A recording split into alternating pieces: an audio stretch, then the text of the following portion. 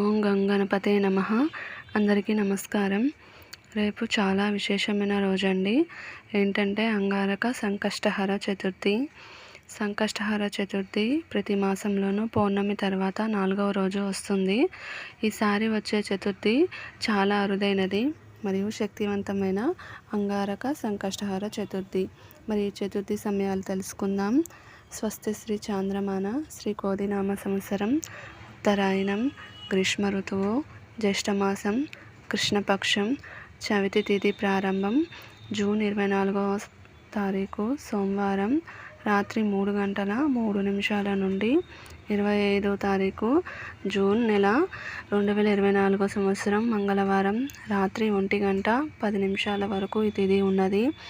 అయితే ఈ అంగారక సంకష్టహర చతుర్థిని మనం జూన్ 25, 2024 సంవత్సరం మంగళవారం రోజున మనం వినాయక పూజ హోమాలు చేసుకోవాలి. సంకష్టహర చతుర్థి మంగళవారం కలిసి రావటం వలన ఈ చతుర్థిని మనం అంగారక సంకష్టహర చతుర్థిగా పిలుస్తున్నాం. ఎవరైనా ఈ చతుర్థి వ్రతంను ఆచరింపదలిచిన వారు ఈ రోజు నుండి మొదలు పెడితే చాలా మంచిది. అలాగే రుణ బాధలు, ఆర్థిక ఇబ్బందులు, వ్యాపార నష్టాలు, గృహంలో చికాకులు, గొడవలు ఉన్నవారు మరియు అనారోగ్య సమస్యలు ఉన్నవారు, ఇలా రకరకాల ఇబ్బందులు ఉన్నవారందరూ తప్పకుండా ఈ రోజున వినాయక పూజ చేసుకోవాలి. అలాగే కొన్ని స్తోత్ర పారాయణలు చేయాలి.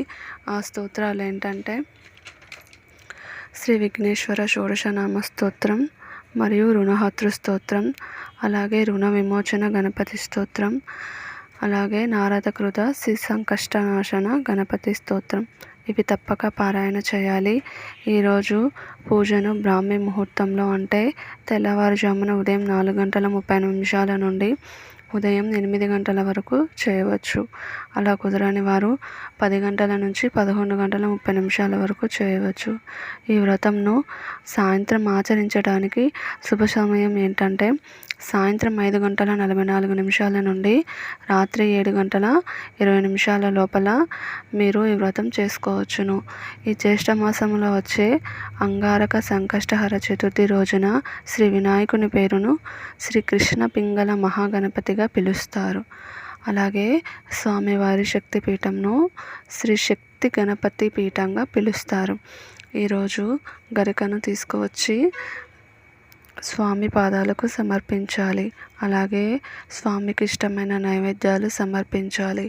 అలాగే పంచోపచార పూజ సమర్పించాలి. అంటే దీపం, ధూపం, నైవేద్యం, గంధం, పుష్పం ఇవి సమర్పించటాన్ని పంచోపచార పూజ అంటారు. కుదిరితే షోడశోపచార పూజ, వినాయకుని అష్టోత్తరం పూజ చేసుకోవచ్చును. ఏ విధంగా చేసినా భక్తిపూర్వకంగా గణపతిని తలుచుకుంటూ పూజ చేసుకోవాలి. స్వస్తి. సర్వం శ్రీ జగదాంబార్పణమస్తు. ధర్మస్య జయస్తు, అధర్మస్య నాశోస్తు, ప్రాణేషు సద్భావనాస్తు, విశ్వస్య కళ్యాణమస్తు, లోకా సమస్త సుఖినో భవంతు. ఈ వీడియో మీకు నచ్చినట్లయితే ప్లీజ్ తప్పకుండా ఒక లైక్ చేయండి, మీ మిత్రులకు షేర్ చేయండి మరియు కౌత్రిక కుసుమ వ్లాగ్స్ అనే ఛానల్ను సబ్స్క్రైబ్ చేసుకోండి. స్వస్తి. పూజ ప్రారంభ సమయంలో ఈ స్తోత్రంను తప్పక స్మరణ చేసుకోవాలి. ఆ స్తోత్రం ఏంటంటే శ్రీ విఘ్నేశ్వర షోడశనామ స్తోత్రం. సుముఖచ్చైకదంతచ్చ కపిలో గజకన్నకః లంబోదరచ్చ వికటో విఘ్నరాజో వినాయకః ధూమకేతుగణాధ్యక్ష ఫాలచంద్రో గజాననః వక్రతుండ శూర్పకర్ణో హేరంబస్కందపూర్వజः షోడశైతాని నామాని యః పఠే శృణుయాదపి విద్యారంభే వివాహే చ ప్రవేశే నిర్గమే తదా సంగ్రామే సర్వకార్యేషు విఘ్నతస్య న జాయతే.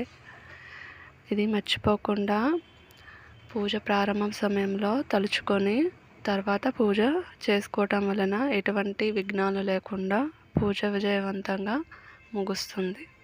స్వస్తి. సర్వం శ్రీ జగదాంబార్పణం.